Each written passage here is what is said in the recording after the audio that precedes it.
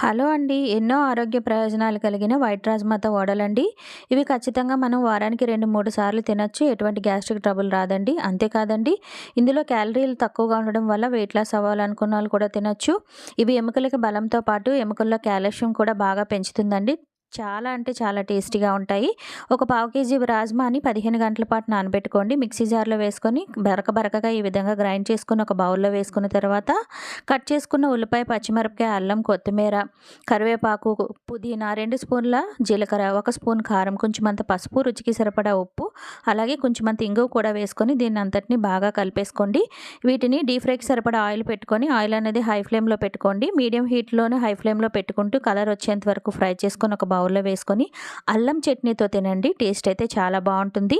మరీ చెప్తున్నానండి, హెల్త్‌కి చాలా మంచిది. నచ్చితే మీరు కూడా ట్రై చేసి ఏ విధంగా వచ్చిందో నాకు కామెంట్ చేయండి. ప్లీజ్ నా ఛానల్ అయితే సబ్స్క్రైబ్ చేయండి. థాంక్